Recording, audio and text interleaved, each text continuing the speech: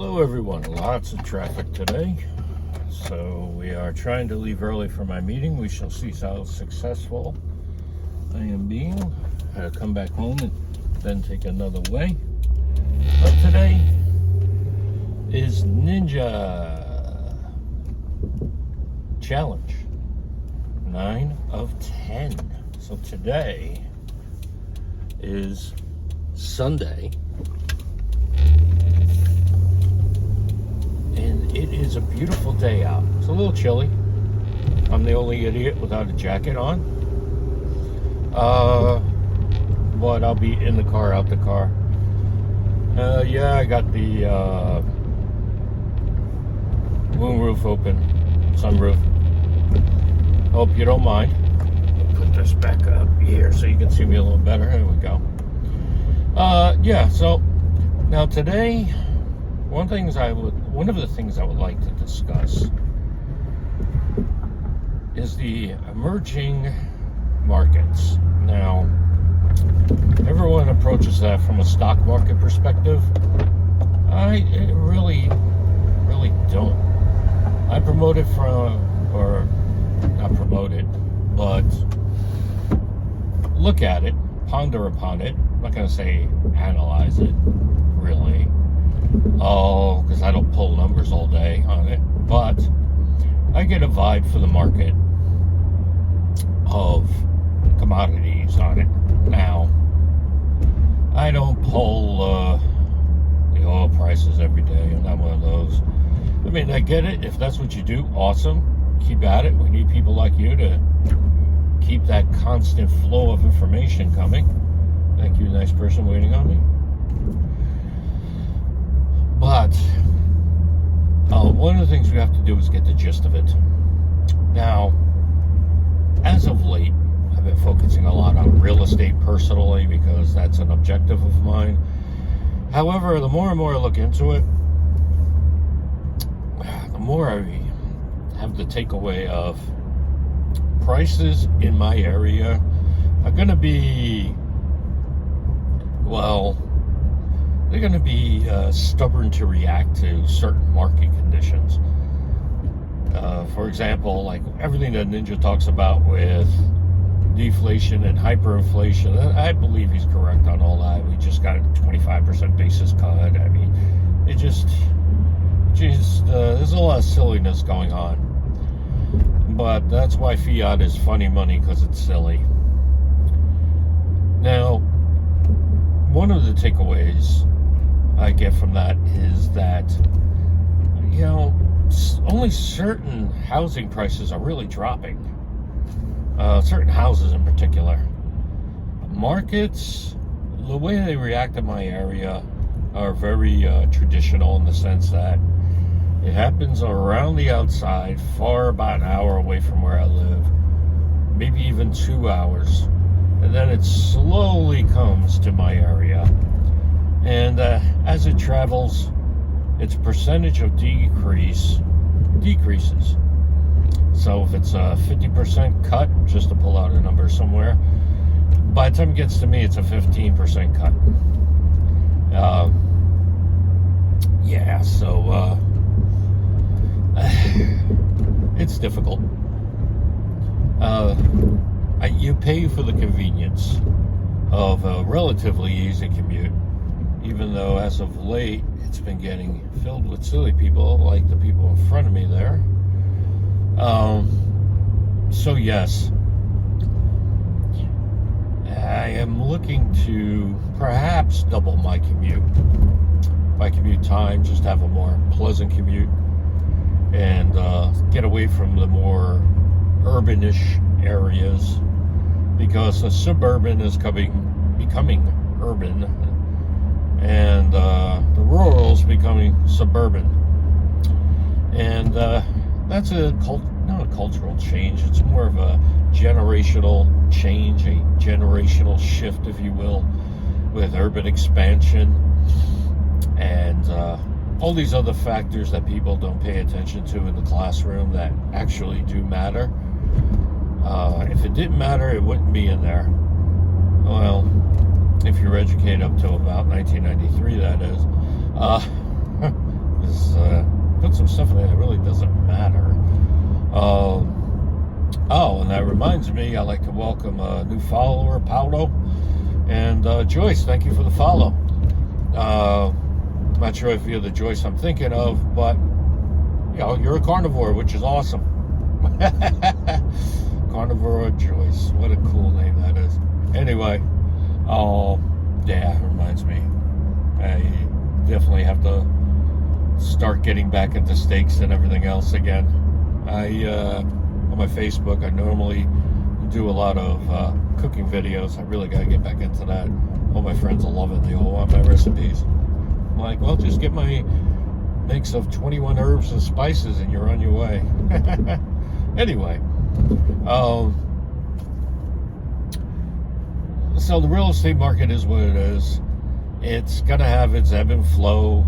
If there's a huge cut, if it is 50, 65%, even 75%, 2 hours away, by the time it gets to me, the most we'll get that I can see is 35%. Now, a 35% cut is the way to go. Now, I see certain other channels discussing some real doom and gloom positions, and arguably they do have some merit to them, those positions, because we had doubling of prices. Now, that isn't measured in fiat, and here's where the commodities come in. There's this thing going around, I've heard it from Heresy Financial first, and then like a day or two later, I heard it from Black Swan Capitalist, and it's the concept of 10 gold bars. 10 gold bars. Now, are those 1 ounces?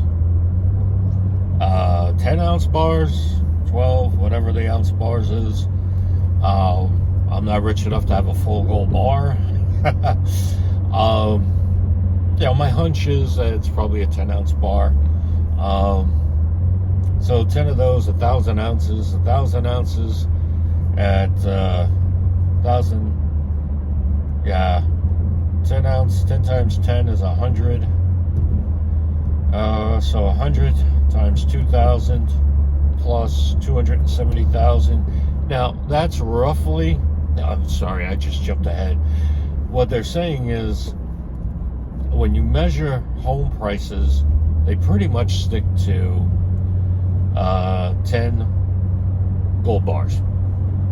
And from what I can see, they are at least in the ballpark, if not absolutely correct on that.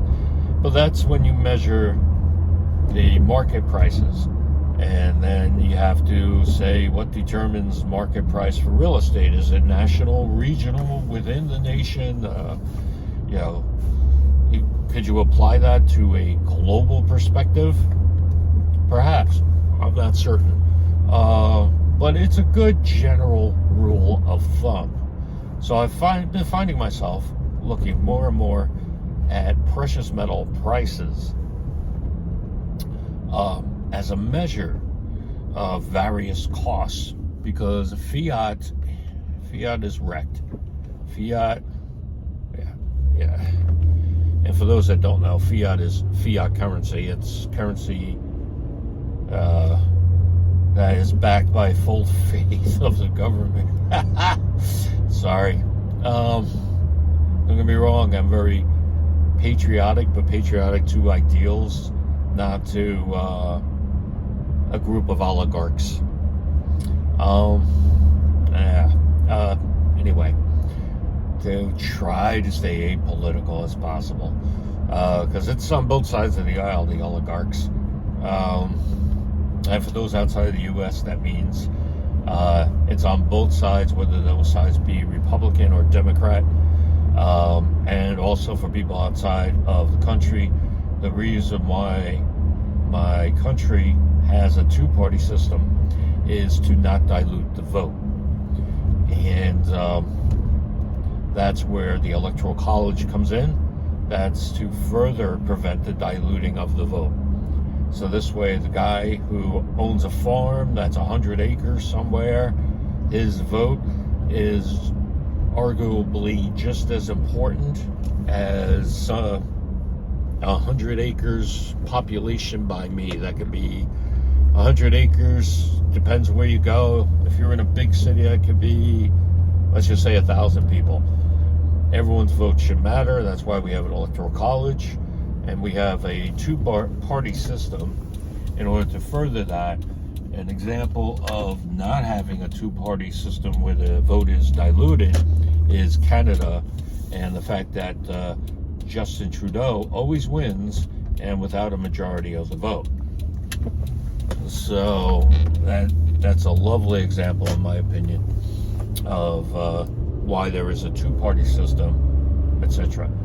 Now, all that being said, 5-0 on the road. Oh, yeah, they're pulling people over. It's a 55. Be nice to 5-0 and obey those lights. Anyway, yes. So I just really went off on that tangent, but I want to explain it to people outside of the U.S. or even some people in the U.S. that really can't wrap their head around that concept. Now,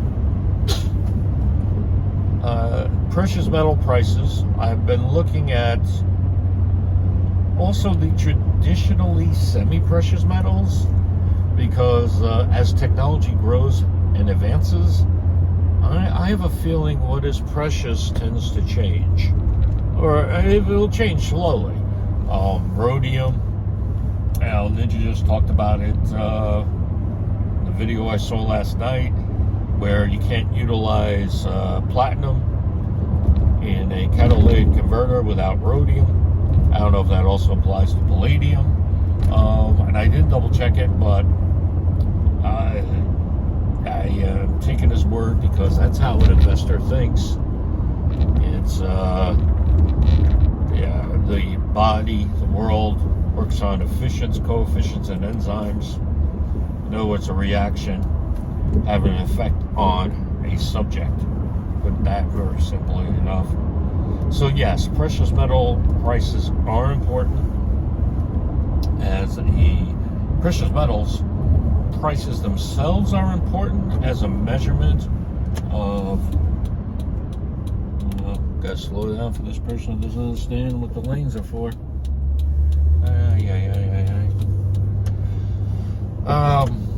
Yes. Now, you have precious metals prices, you have other commodity prices. Now, those other commodities that are in flux, and I've always wondered why these commodities are in flux. Of course, you got oil, and that's market forces, and that would be a 2-hour video discussing why that is. But the natural gas industry, I think there's a lot more to it than what we're told and what is in the nomenclature. I think there is a lot involved in that. The maintenance of pumping stations, of areas where, excuse me 1 second, I gotta watch out for these dummies. All right. They don't know what a yield sign is sometimes. There you go. Good job. Now, side back in.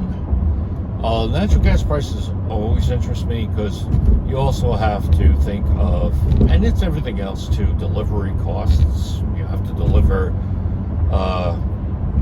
of course, gasoline. That's after processing, oil, etc. So there's a lot involved, and you can't deliver raw gold ore either. For example, so everything needs processing, everything needs distribution, and it's all interdependent. And here's where I'm going with this: everything has a level of interdependence. For example, the truck delivering gold bars needs to run on gasoline So that's a double dose of commodities there. So I get it, guys that follow the Forex. I get what you're doing. You're doing trading, and I love the idea of trading. I don't really do it myself, at least not right now. But yeah, I think we should all change our focus from the stock market and the bond market, which is so huge, by extension of the stock market and of sovereign debt, which is the full faith of the government thing, blah, blah, blah, which is everything in the world of fiat. So bonds are pertinent.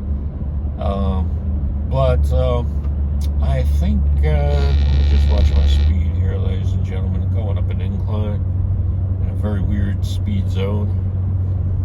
All right. Yes. So all that being said, my takeaway is that we should be paying more and more attention to commodities prices.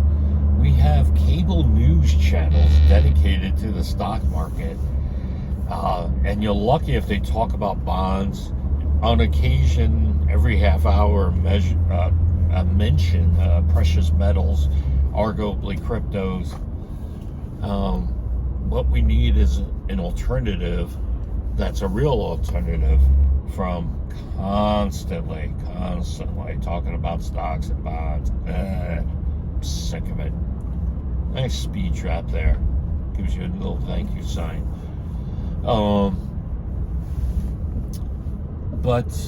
Yes. So looking at now, here's something else I want to mention. I don't think of them as commodities. Maybe some people do. The jewelry market, but in the sense of stones. Now,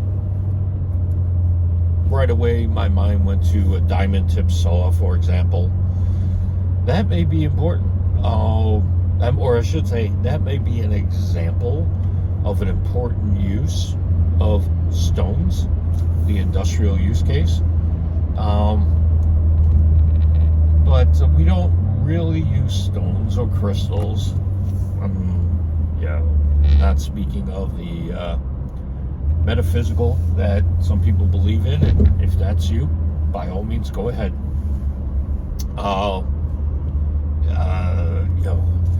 I've heard of quartz being utilized for non-infrared ultrasound. I heard that ultrasound is integral to ultrasound. If ultrasound tech is there, your machines, well, just please leave a comment below if you ever see this. So do we really have any kind of monitoring of the, I'll say, precious stones market, including crystals and that? And you hear about crystals all the time, whether it's the metaphysical stuff, whether you hear about scientific research. We don't have, at least in the common vernacular, the common cable channels, even, there are popular websites, anything precious stones, including crystals, markets, research, all that type of stuff. Hello, person sitting there. Thank you for waiting.